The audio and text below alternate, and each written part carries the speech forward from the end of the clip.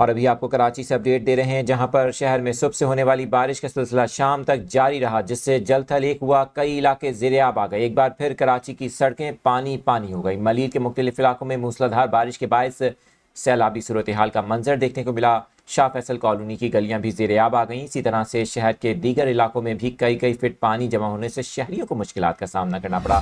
Traffic کا نظام درہم برہم ہوا۔ وہیں پر سب سے زیادہ بارش گلشن حدید کے علاقے میں ریکارڈ کی گئی، جہاں پر 85 ملی میٹر بارش اب تک بتایا جا رہا ہے ریکارڈ کی جا چکی ہے۔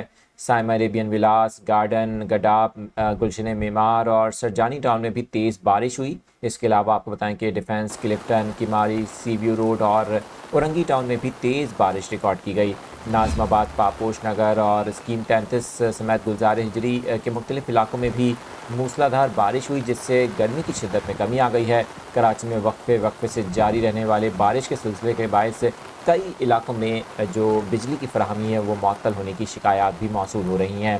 آپ کو بتائیں کہ ملیر، سعود آباد اور اطراف کے علاقوں میں پانی جمع ہونے کی اطلاعات ہیں، جہاں پر شہریوں کو مشکلات کا سامنا بھی کرنا پڑ رہا ہے۔